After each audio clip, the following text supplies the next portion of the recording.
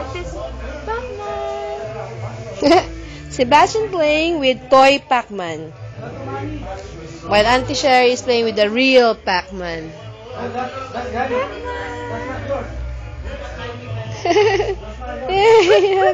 Ay, ayaw niya sa toy Pac-Man. Gusto niya sa totoong Pac-Man.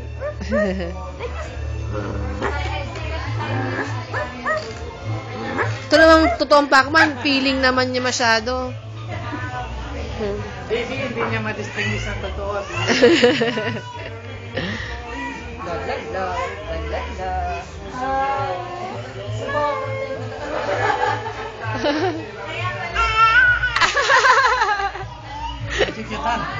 Nakukitan siya.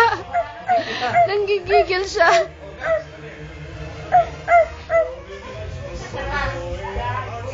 Nakita na kasi ito isa eh. Magtago ka muna. Nanggigigil siya kay toy Pac-Man.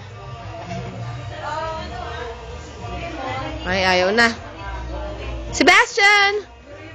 Huwag mo na maapakan niya. Inapakan na niya. Oo nga eh.